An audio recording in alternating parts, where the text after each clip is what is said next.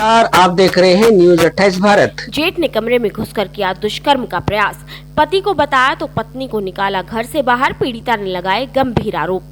जनपद मुजफ्फरनगर एसएसपी कार्यालय पर पहुंची पुरबालियान निवासी एक पीड़िता ने एसपी सिटी सत्यनारायण प्रजापति को एक प्रार्थना पत्र देते हुए बताया कि उसकी शादी बरवाला में हुई थी।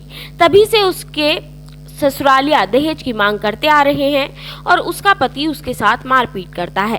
पीड़िता ने बताया कि उसके जेठ के द्वारा उसके कमरे में घुसकर उसके साथ दुष्कर्म का प्रयास भी किया गया था, जिस पर उसने अपने पति को बताया तो उसके द्वारा उसे घर से निकाल दिया गया।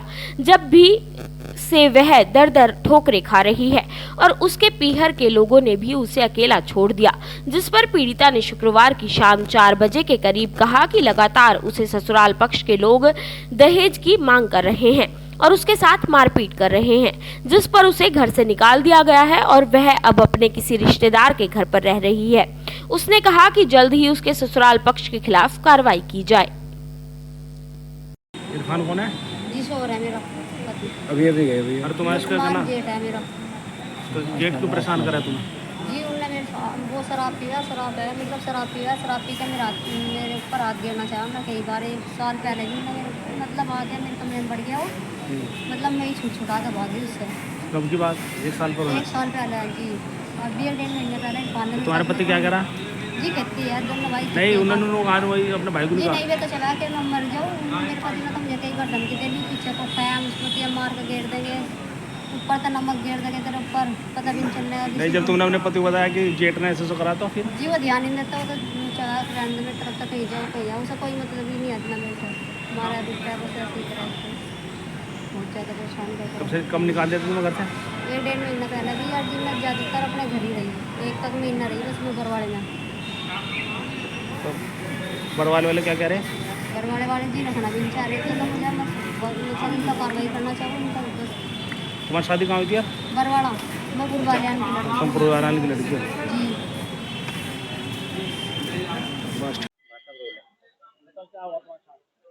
जी मेरे साथ में दहेज को लेकर मेरे पति ने बहुत ज्यादा परेशान करके रखा था। मेरे घर वालों ने बहुत ज्यादा दहेज भी दिया, मुझे बुलूट दी, फिर भी उन्हें 2-4 लाख रुपए 5-6 लाख रुपए चाह रहे थे। इस वजह से वो मुझे बहुत ज्यादा परेशान कर रहा था। उन्होंने मुझे कई बार मारा पीटा। मैं अपने घर भी रही 8-9 महीने। मैं बीमार हुई, कभी दवाई नहीं दिलवाई, कभी खर्चा नहीं दिया।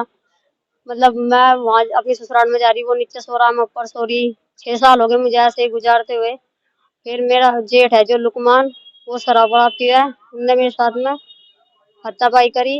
मतलब मेरे कमरे में घुस गया, बलात्कार करने की कोशिश करी। मैं उस पता छुटा कर नीचे भाग गई।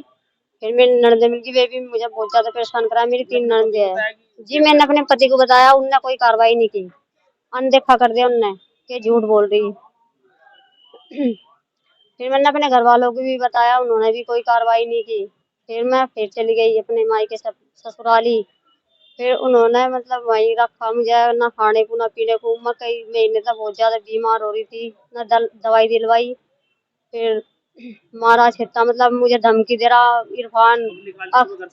जी 1.5 महीना पहले मुझे घर से निकाल रखा उन्होंने। फिर मैं अपनी फूफी के आ गई।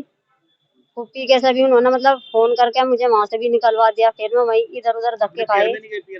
जी मैं पहले पियर में गई थी, फिर वहां से मतलब उन्होंने दबाव वगैरह का अभी यहाँ आया, फिर वहां तो मुझे वहां भेज रहे थे, कोई कार्रवाई नहीं कर रहे थे, तो इस वजह से मैं सोरम आ गई। पियर वाले भी साथ में दे रहे? जी नहीं पियर में मतलब बस भाई है, वे ऐसे ही है, पापा है, वे भी नहीं, अम्मी है, उनका इंतकाल हो रहा। कोई साथ नहीं दे रहा? जी कोई साथ नहीं दे रहा फिलहाल, नहीं। मैं तो अकेली हूँ क्या चाहते हो? जी। मैं कार्रवाई करना चाहूँ इन पर। अच्छा अपने संबंधित थाने में गए थे, वहाँ पे क्या? जी वहां पे भी मुझे उन्होंने यहीं भेज दिया, उनको वहीं चल जाओ।